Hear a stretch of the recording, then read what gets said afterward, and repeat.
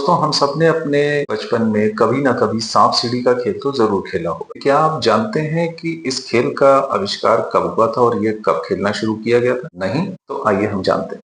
दोस्तों सांप सीढ़ी के खेल की शुरुआत दूसरी से तीसरी शताब्दी के बीच में मानी जाती है। कुछ इतिहासकार ये भी मानते हैं कि सांप सीढ़ी के खेल का आविष्कार भारत में संत ज्ञानेश्वर ने किया था। संत ज्ञानेश्वर ने इस खेल का आविष्कार बच्चों को नैतिक शिक्षा देने के उद्देश्य से किया था। उस समय इसका नाम ज्ञान चौपड़ या मोक्ष पट्टम होता था। तो मोक्ष पट्टम मतलब कि कुछ ऐसा खेल जिससे कि खेलने वाले खिलाड़ी मोक्ष या एनलाइटमेंट को प्राप्त कर सके।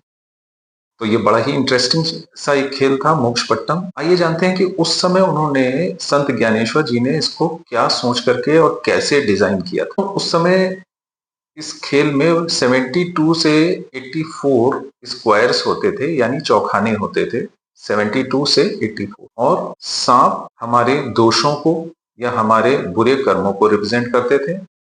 वहीं पे सीढ़ियां वो हमारे सत्कर्म, हमारे down to earth lifestyle और हमारी नैतिक श्रेष्ठता को रिप्रेजेंट करती थी। जहां इस खेल में सीढ़ियां जो कि संख्या में सांपों से कम थी, वो मनुष्य को नैतिक ऊंचाइयों पे ले जाने को दर्शाती थी। हर एक खाने में एक ना एक नैतिक श्रेष्ठता को अचीव करना का उल्लेख होता था। और जब आप सीढ़ी चढ़ करके उस खाने तक पहुंचेंगे तो मतलब आपने वो नैतिक श्रेष्ठता को प्राप्त कर ली। वहीं पे सांप जो कि संख्या में कहीं ज्यादा थे, जैसा कि होता है कि हमारे अंदर दोषों की शायद संख्या ज्यादा होती है अपने सत्कर्मों की कंपैरिजन में।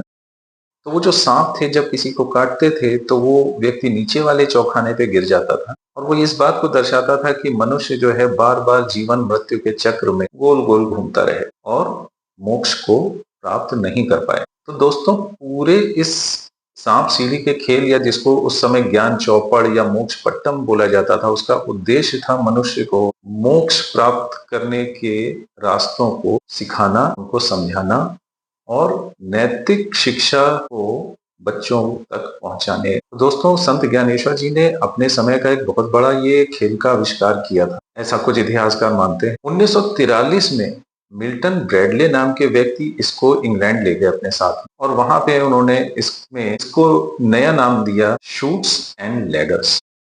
मतलब वही था, लेकिन इसको एक नए तरीके से उन्होंने इंग्लैंड में इंट्रोड्यूस किया, मिल्टन ब्रैडले। यहाँ पे हम ये देखते हैं कि खेल भी बहुत कुछ सिखा सकते हैं मनुष्य को, खास तौर से नैतिक शिक्षा के बारे में, जीवन के बारे में। हमको वो सद्गुण या सत्कर्म करने की शिक्षा दे सकते हैं जो कि मनुष्य को एक श्रेष्ठ मनुष्य बनने में सहायता कर सकती है। मात्र